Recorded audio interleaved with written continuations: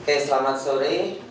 Mohon maaf terlambat, tadi ada press conference dengan Papua dan Papua Barat, juga Maluku dan Maluku Utara bersama Pak Presiden, Menteri Perhubungan dan juga Seknek dan Seskap.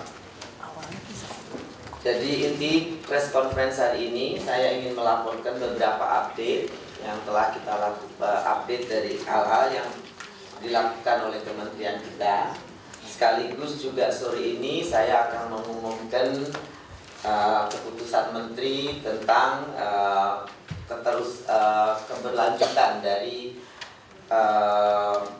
anti illegal fishing operasi kita. Jadi nanti saya akan membacakan statement dari departemen kita tentang basically tim yang akan meneruskan dan melakukan pemberantasan secara terus-menerus illegal fishing di Indonesia. Karena sekali lagi illegal fishing ini bukan cuma urusan ikan dicuri. Kerugian yang disebabkan oleh illegal fishing ini banyak sekali. Berlapis-lapis kerugian negara dan juga kerugian masyarakat. Dari yang jelas kerugian negara itu tidak tercatatnya ekspor dan tidak masuknya pendapatan dari hasil penangkapan ikan yang dilakukan di wilayah teritorial Indonesia. Yang kedua, nelayan tradisional dirugikan, jadi bukan sekali dua kali, hampir tiap hari SMS itu masuk bahwa jaring-jaring kapal ikan tradisional itu dilanggar dan diseret atau terseret atau terlimbas oleh kapal-kapal besar asing tadi. Yang ketiga adalah tidak berfungsinya pembangunan yang dilaksanakan oleh pemerintah, dari mulai pembukaan pelabuhan, pembukaan duana atau customs, dan fasilitas lainnya yang dibangun pemerintah akhirnya mati karena kegiatan illegal fishing tadi, yang kemudian ditunjang oleh pemberlakuan bolehnya transshipment. Jadi ya sudah, semuanya diambil seenaknya sendiri, dikirim seenaknya sendiri. Dan transshipment maupun illegal fishing juga membawa dampak-dampak lainnya yang tentu ini akan di follow up oleh tim investigasi, dari mulai smuggling, human trafficking, kemudian juga ya cerita-cerita tentang, sebetulnya bukan cerita ya, sudah menjadi rahasia umum, hilang-hilangnya BBM kencing di tengah laut. Juga ini salah satu problemnya adalah ada di illegal fishing ini. Jadi tentunya ini menjadi satu hal yang harus kita sikapi bersama, bahwa tidak ada lagi illegal fishing diberi ruang di bumi laut Indonesia ini, karena terlalu banyak kosnya. Bila kita hitung itu luar biasa kos kehilangan ini negara. Juga yang paling parah adalah rusaknya lingkungan hidup dan biota laut kita, karena daya tangkap dari alat tangkap pelaku illegal fishing ini luar biasa. Mereka pakai kebanyakan sistem pukat, sudah gitu jaringnya itu berlapis-lapis, kemudian mereka juga tanpa kontrol sama sekali. Mereka ambil yang mereka perlukan, mereka buang yang tidak mereka perlukan. Jadi sebagian ikan-ikan kecil pun dibuang kembali ke laut sebagai sampah. Lain dari itu juga mendorong inflasi yang luar biasa dengan mahalnya harga ikan.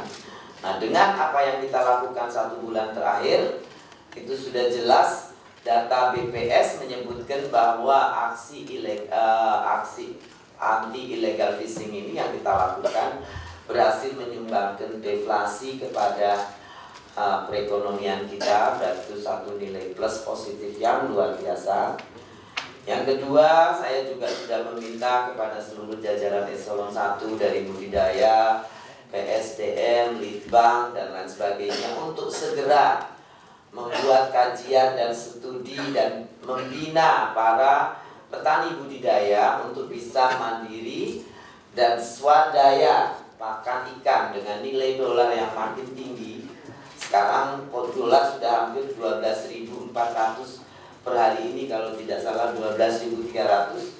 Sedangkan 80% dari pakan ikan itu fish mealnya adalah impor, dimana kalau tidak salah nilai terakhir itu mencapai 79 triliun nilai dolar bulan kemarin ya Pak ya. Kalau nilai dolar bulan ini ya pasti lebih tinggi lagi, karena dolar dalam 1-2 bulan terakhir naik hampir 3%-an, dan itu dengan ekonomi dunia ini makin rentan lah, harga pakan ini makin naik. Jadi itu tugas bersama kita. Jadi jangan sampai kita dengan laut yang 2/3 ini malah bukannya swasembada, tapi ikan pun yang kita makan 80% komponennya impor. Jadi ini adalah hal yang barangkali tidak banyak orang sadar. Lele dan mujair budidaya yang kita makan itu adalah 80% itu impor Pak komponennya. Apa? Yaitu fish meal tadi. Kenapa orang lain bisa bikin fish meal? Karena nyuri ikan di Indonesia. Jadi apa, terbalik-balik dan sudah salah apa ya, ekonomi yang harusnya murah kita tidak punya. Kalau ikan laut tidak ada komponen importnya, yang ada kita bisa ekspor. Nah, jadi tidak perlu juga biaya yang besar. Hanya barangkali kita semua bersama harus bekerja bersama-sama. Dalam hal ini saya memohon kepada Pak Presiden untuk mengkoordinasikan semuanya ini bersama Panglima TNI, Angkatan Udara, Angkatan Laut, Angkatan Darat, juga Kepolisian Republik Indonesia, juga dari Kementerian Polhukam, untuk semua sama-sama. Illegal fishing ini bukan perangnya Kementerian Perikanan dan Kelautan, tapi perangnya bangsa Indonesia, karena kerugian kita sangat banyak sekali. Dari mulai penyalahgunaan BBM, pengambilan sumber daya yang sewenang-wenang, kerusakan lingkungan, kemudian yang terakhir adalah ketidakmampuan kita untuk mempunyai sumber protein yang mandiri, padahal laut kita 2/3 dari wilayah laut kita, nomor 2 terbesar, terpanjang di dunia. Jadi beberapa bulan, 1 bulan terakhir itu saya melakukan beberapa pendekatan persuasif kepada para pelaku atau operator dari perikanan tangkap di Indonesia, kapal-kapal eks asing yang memiliki CP dan CP yang dikeluarkan oleh departemen kita.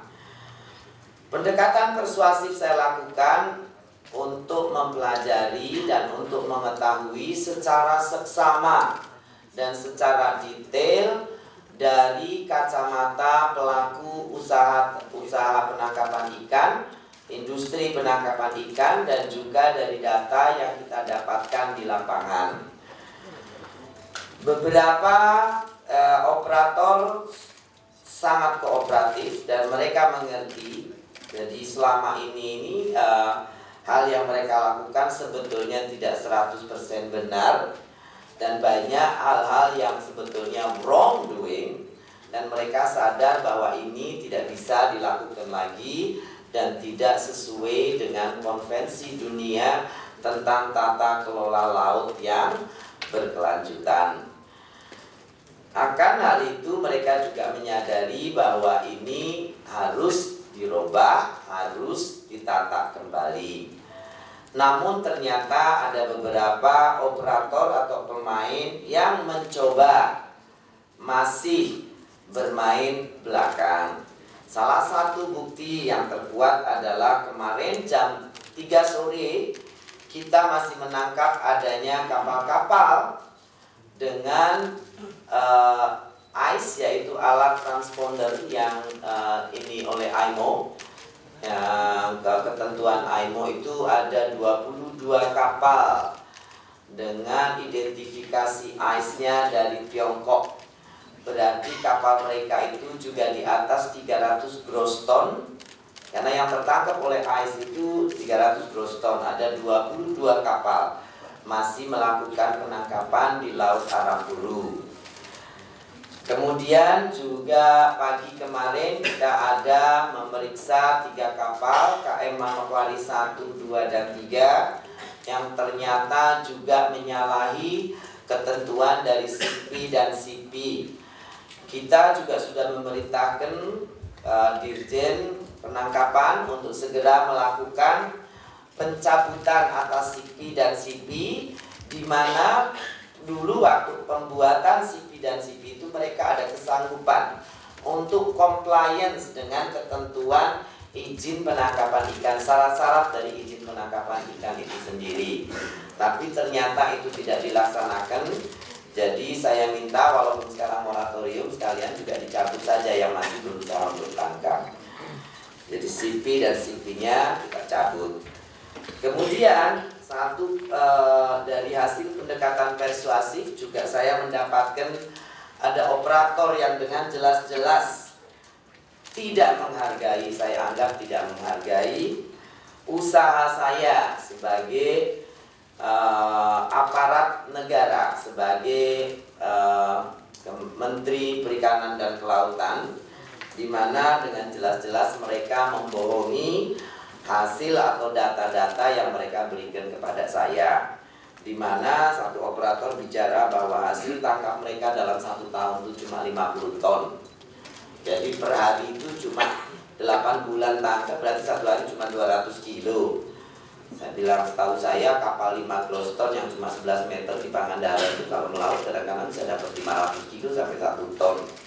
Jadi ini jelas-jelas sangat tidak kooperatif dan menyepelekan dan tidak menghargai basically ya saya sebagai petugas negara yang meminta keterangan kepada pelaku usaha dalam hal ini, dan tentu ini tidak bisa kita biarkan. Penyepelean istilahnya aparatur negara kan sama dengan tidak menghargai kedaulatan Indonesia, bahwa kita ingin berdaulat di laut kita. Jadi nanti data-data akan kita lihat di layar. Jadi kalau dari VMS sendiri, dari 900 VMS ini, kalau tidak salah minggu kemarin cuma tinggal 90 dan turun menjadi 74. Berarti itu either VMS-nya dimatikan atau mereka tahu bahwa izin-izin mereka itu sebetulnya yang mereka punyai itu syarat-syaratnya belum dipenuhi.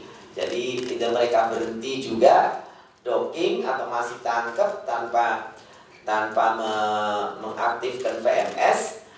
Nah, sedangkan tidak mengaktifkan VMS itu bisa diikuti oleh pencabutan CP.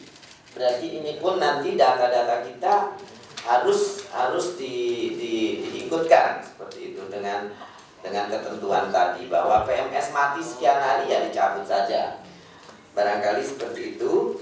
Dan seperti yang sudah saya kemukakan, di sini kita bisa lihat dugaan illegal fishing kapal berbendera Tiongkok yang kita tangkap hari kemarin jam 3 sore.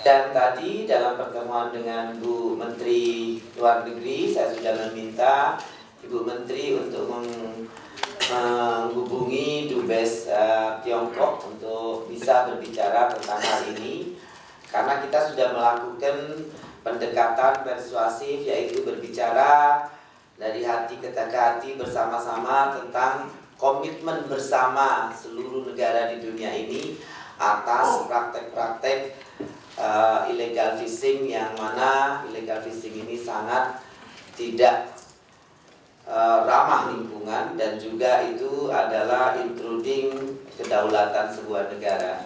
Kita lihat ini adalah sebaran kapal melalui aplikasi VMS. Kemudian ya, next. Nah, kita lihat di Arafuru ini menunjukkan kapal-kapal dengan nama-nama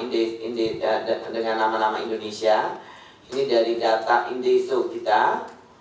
Kemudian next. Nah, ini adalah kapal yang pakai terdeteksi atas ice, yaitu kapalnya di situ contoh satu saja.